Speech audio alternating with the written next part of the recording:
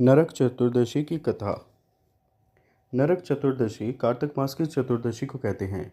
इसे छोटी दीपावली, रूप चौदस, नरक चौदस और काली चौदस के नाम से भी जाना जाता है। कार्तिक मास की कृष्ण चतुर्दशी के दिन ही भगवान कृष्ण ने नरकासुर नामक राक्षस का वध किया था, इसलिए इस दिन को नरक चतुर्दशी कहा जाता है। उनकी जीत का उत्सव भी दीप जलाकर मनाया जाता है, इसलिए इसे छोटी दीपावली कहते हैं। आइए आपको बताते हैं नरक चतुर्दशी की कथा, कैसे भगवान कृष्ण ने किया था नरकासुर राक्षस का अंत। नरक चतुर्दशी की पहली कथा। पौराणिक कथा के अनुसार भगवान कृष्ण अपनी पत्नियों के साथ द्वारिका में रहते थे। एक दिन देवराज इंद्र भगवान कृष्ण के पास आए और कहा कि हे कृष्ण, दैत्यराज भौमासुर के अत्याचार की वजह से देवतागण त्राही त्राही कर रहे हैं। भौमासुर को ही नरकासुर कहा जाता है। क्रूर भौमासुर ने वरुण का छत्र, अदिति के कुंडल और देवताओं से मणि छीन ली है और वह तीनों लोकों का राजा बन गया है। भौमासुर ने पृथ्वी के कई राजाओं और आम जन की कन्याओं का भी हरण कर लिया है और उनको बंदी गृह में डाल दिया है। कृपया करके इन तीनों लोगों को उस क्रूर राक्षस से बचाइए। देवराजेंद्र की बात सुनकर भगवान कृष्ण अपनी पत्नी सत्यभामा के साथ गरुड़ पर सवार होकर प्राग ज्योतिषपुर पहुँचे, जहाँ क्रूर भौमासुर रहता था। भगवान कृष्ण ने पहले अपनी पत्नी की मदद से मुर नामक दैत्य के साथ उसके 6 पुत्रों का वध कर दिया। मुर दैत्य का वध हो जाने का समाचार सुनकर भौमासुर अपनी सेना के साथ युद्ध के लिए निकला।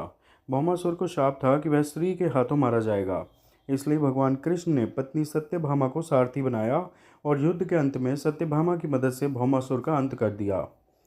इसके बाद भौमासुर के पुत्र भगदत्त को अभय का वरदान देकर प्राग ज्योतिष का राजा बना दिया। भगवान कृष्ण ने जिस दिन भौमासुर का वध किया था, उस दिन कार्तिक मास के कृष्ण पक्ष की चतुर्दशी तिथि थी, इसलिए इस तिथि को नरक चतुर्दशी के नाम से जाना जाता है।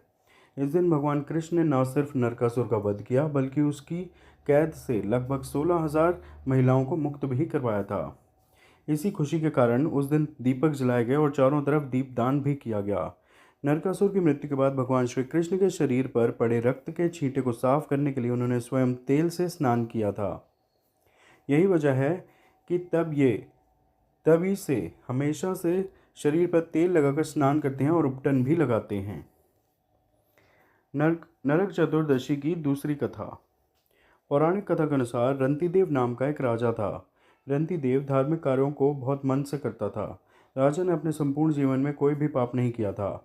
जब राजा की मृत्यु बेहद समीप आ गई, तो उसने अपने सामने यमदूत को खड़े देखा और उन्हें देखकर राजा अचंभित रह गया। उन्होंने धर्मराज यमराज से कहा, मैंने तो जीवन में किसी प्रकार का पाप नहीं किया है, फिर आप मुझे लेने क्यों आए हैं? धर्मराज के आने का मतलब तो व्यक्ति को नर्क जाना पड़ता है। राजा रंतिदेव ने कहा, क्या आप मुझे नर्क में ले जाने आए हैं? मेरे किस अपराध की वजह से आप मुझे नर्क ले जाना चाहते हैं? तब यमराज ने राजा से कहा, हे राजन, तुम्हारे द्वार से एक ब्राह्मण भूखा लौट गया था। आपके उसी बुरे कर्म का यह फल है। यह सुनकर राजा ने यमदूत से 1 वर्ष का समय मांगा। धर्मराज ने तब राजा रंतिदेव को 1 वर्ष का समय दिया। राजा अपनी समस्याओं के निदान के लिए ऋषि के पास गया और उन्होंने अपनी सारी समस्याएं ऋषि से कह सुनाई। राजा की समस्याओं को सुनकर ऋषि महात्मा ने कहा, हे राजन, तुम यदि कार्तिक माह के कृष्ण पक्ष की चतुर्दशी तिथि के दिन व्रत रखो और सैकड़ों ब्राह्मणों को भोजन कराओ, उन्हें अनाज देकर उनसे अपनी की गई अपराधों की क्षमा याचना मांगो। ऐसा करने से तुम्हें पापों से मुक्ति मिल जाएगी। राजा ने ऋषि की बात सुनी और उसी समय से वह व्रत करना शुरू कर दिया। व्रत के प्रभाव से राजा को नर्क की जगह स्वर्ग लोक की प्राप्ति हो गई। नरक चतुर्दशी की तीसरी कथा। इस दिन दक्षिण भारत में वामन पूजा का भी प्रचलन है। कहते हैं इस दिन राजा महाबली को भगवान विष्णु ने वामन अवतार में हर साल उनके यहाँ पहुँचने का आशीर्वाद दिया था। इसी कारण से वामन पूजा की जाती है। असुरराज बलि बोले, हे भगवान, आपने कार्तिक कृष्ण त्रयोदशी से लेकर अमावस्या की अवधि में मेरी संपूर्ण पृथ्वी नाप ली है, इसलिए जो व्यक्ति मेरे राज्य में चतुर्दशी के दिन यमराज के निमित्त दीपदान करेगा, उसे यम यातना नहीं होनी चाहिए। और जो व्यक्ति इन 3 दिनों में दीपावली का पर्व मनाए, उनके घर को लक्ष्मी जी कभी ना छोड़ें। ऐसे वरदान दीजिए। यह प्रार्थना सुनकर भगवान वामन बोले, राजन, ऐसा ही होगा, तथास्तु। भगवान वामन द्वारा राजा बलि के दिए इस वरदान के बाद से ही नरक चतुर्दशी के दिन यमराज के निमित्त व्रत, पूजन और दीपदान का प्रचलन आरंभ हुआ। आप सभी को नरक चतुर्दशी की हार्दिक शुभकामनाएं। कृपया इस वीडियो को लाइक व शेयर करें और चैनल सब्सक्राइब करें। धन्यवाद। जय श्री कृष्ण।